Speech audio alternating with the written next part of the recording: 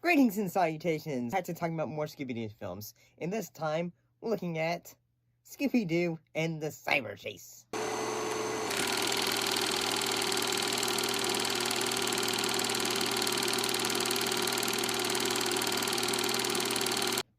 This was the fourth in a series of, the direct-to-video films that starred with Scooby-Doo on Zombie Island.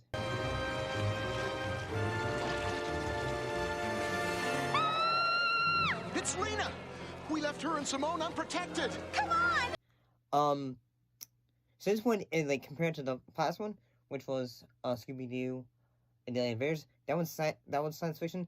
This one was as well, but this one is more of, has all the, science fiction-y, but more comedic vibes of something you would have seen in the Scooby-Doo cartoon. Now, can you tell us how many layers are in an ideal club sandwich? Time's up. The correct answer is never enough.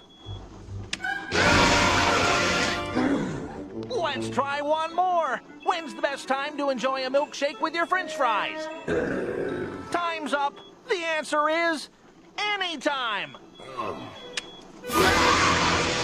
More goofiness about it.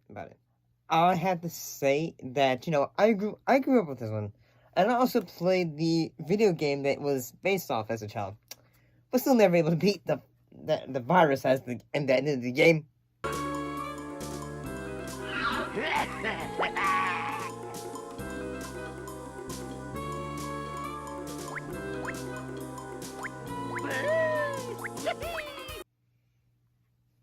Why must you tease me, game? I was able to beat it, but I could not beat that virus, man. So, what was this one about?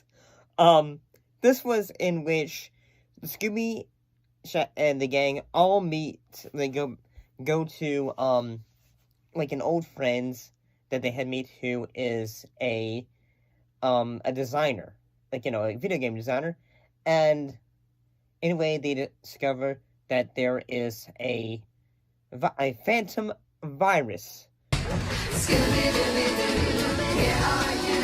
It's ready and you're willing. If we can count on you, Scooby-Doo, I know we'll catch that villain. Who has come out to the real world, and in a way, they need to figure out, why he's there, and at the same time, get rid of him. Maybe they should call McAfee. So one thing they do is they end up getting zapped into the video game world, and in a way have to beat the game to get out of there. So, like I said, I had originally, I saw this one as a kid. I played the game as a kid and all that stuff. And I will say this in that, while I think that Gary Sturgis does a good job voicing the Phantom Virus. Welcome to Level 2 Game Players, where things get a little tougher. But first, let me introduce you to the home team.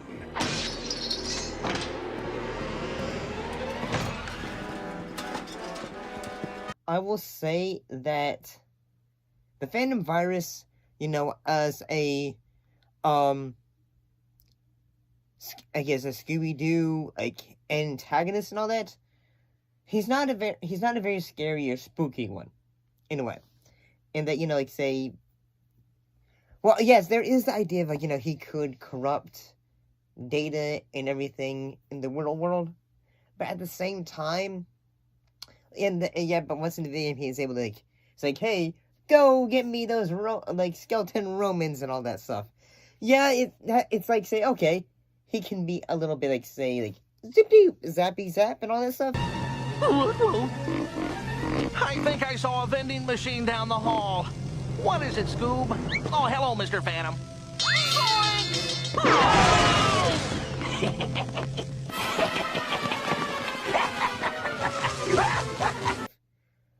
And yeah, I think that can be kind of good. And yes, the film does have its goofs, like, like, say, Scooby teasing Officer Wimbley. But at the same time, I will say that I think the film can be memorable. Yeah, I haven't seen this one in quite a long time, so I think this one is like, say, yeah, you remember a lot of it. Yeah, at the same time, I'm gonna be honest and say, yes, you can remember all the things that happen. Like, they go to each level. Like, there's, like, you say, a moon level, a level where they are in a dinosaur jungle and all that.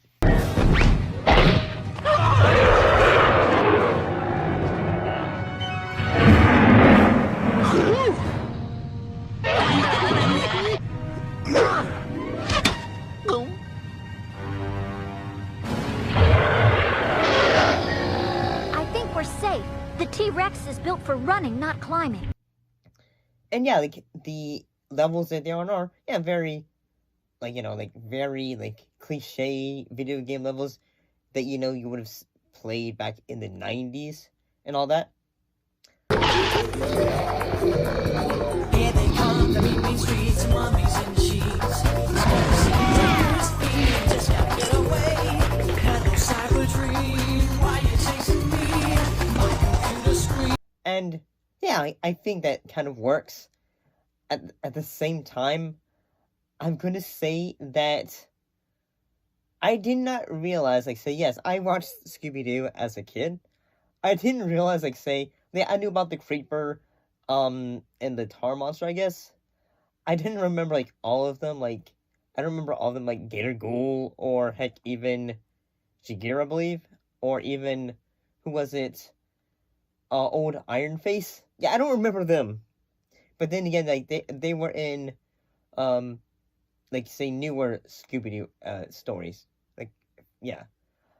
And at the same time, like, you can see, like, say, the different versions of the video game versions of the characters, and that they are more like, like, classic versions of the character, in fact, like, they have a bit more of a, like, Shaggy is a bit more braver, along with Scooby, who has some more, like, jovialness. Scooby, get back here! You're down to your final out. Huh? I've never seen Scooby so brave. Oh, I get it. That's Cyber Scooby. And that's Old Scoob going for the snack. Meddling canine. I will say.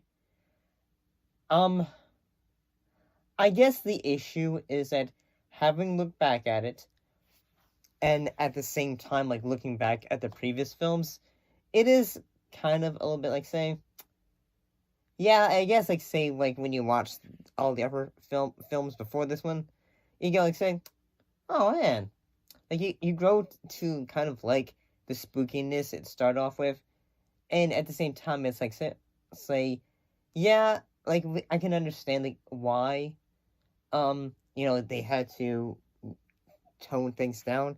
At the same time, it's like, say, well, I feel like you could have had at least some little bit of spookiness, a kind of bit. But yeah, I do think that all the voice actors do a good job and all that. I guess it's just this one is, yeah, it's one from my childhood. I'm not gonna say that compared to other ones, well, I had, like, I liked rewatching it. I can't say this is one that in a few years I'm gonna go back and say, yeah, let's sit down and watch it on HBO Max.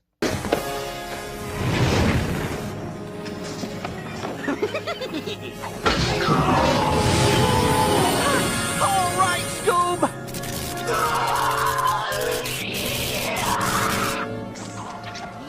Yes! I'm not sure. I'm not sure. But yeah, it's entertaining. I suppose it's entertaining.